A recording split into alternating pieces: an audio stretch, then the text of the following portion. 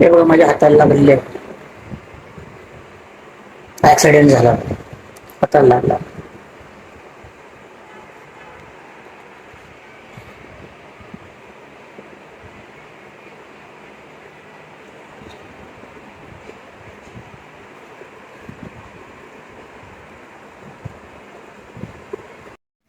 नमस्कार मित्रांनो, माझे नाव सुनी खुडे. मित्रांनो, माझा ॲक्सिडेंट झाला होता मित्रांनो. तुमच्या आशीर्वादाने मी आज ठीक आहे मित्रांनो. माझ्या हाताला लागलं होतं मित्रांनो. आता माझा हात ठीक आहे मित्रांनो, तुम्ही बघू शकता माझा हात ठीक आहे. तर मला लागलं होतं हाताला. तर मित्रांनो, काय घडलं होतं मी तुम्हाला सविस्तर सांगतो. त्या दिवशी रात्री संध्याकाळी 7 वाजता मम्मी येणार होती कामावरून घरी, आणि घरात एक फिश टँक आहे, तुम्ही बघू शकता वरती फिश टँक आहे. तर हे जे फिश टँक आहे काचेच होता पहिलं आमच्याकडे. तर आईच बदलायची, पाणी बिणी आईच बदलायची. तर मी ठरवलं की आई आता कामावरून येते, ते सारखा तिला पण त्रास नाही द्यायला पाहिजे. तर घरातली अर्धीने मी कामं करतो. तर मग मी ठरवलं, म्हटलं 7 वाजता मी पाणी आलं होतं, पाणी येणार होतं, तर अगोदर म्हटलं जरा धुवून घ्यावं. मग मी ते काचेचं घेतलं आणि मी धुवायला घेतलं होतं. तर मी असं ठरवलं होतं की बेसिंग आहे, सॉरी नळ आहे, तो चालू आहे. बेसिंगमध्ये मी घेऊन गेलो होतो, पाणी जरा चालू केलं. तर मित्रांनो, त्या दिवशी घडलं असं की 7 वाजता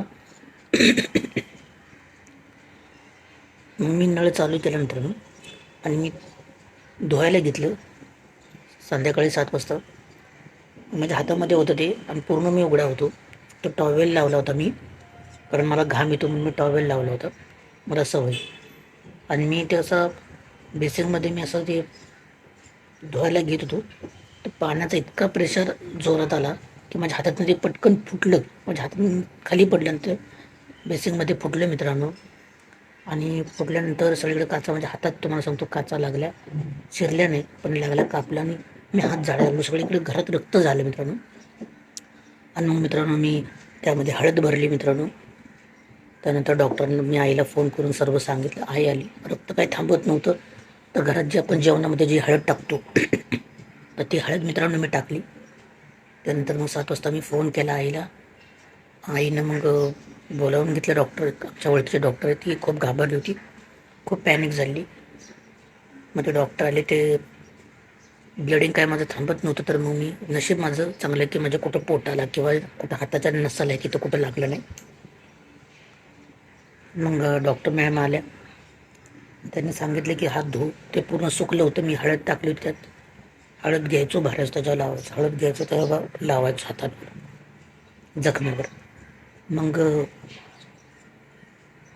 तो मासा जो होता मी तसाच मी हात पूर्ण रक्तानं भरायला दोन्ही हाताला लागलो होतं. तसंच मी तुम्हाला सांगतो वरची टाकी मी भरली. त्यानंतर बाकीचे काही काम मला जमले नव्हते करायला. आणि आई घाबरली, मग रक्ताचे जे डाग होते घरात ते संपूर्ण पुसून घेतले मी पायानं. पोटावर उडलं होतं रक्ताचे, असं मी असं घाबरून मी असं केलं तर तुझं तोंडावर माझ्या उडलं. तर आई खूप घाबरली होती, तिला वाटलं कुठं लागले कुठं नाही काय माहीत.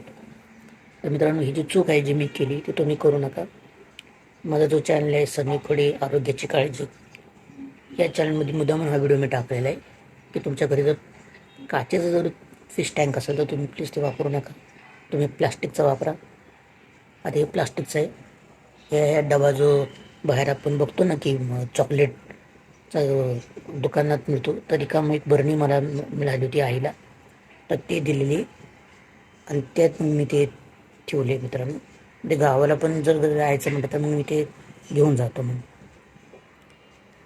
तर मित्रांनो, मग डॉक्टर मॅम आल्या, त्यांनी मला पट्टी केली. त्यांनी सांगितलं हात धुवून नळाखाली. खूप त्रास होत होता मला,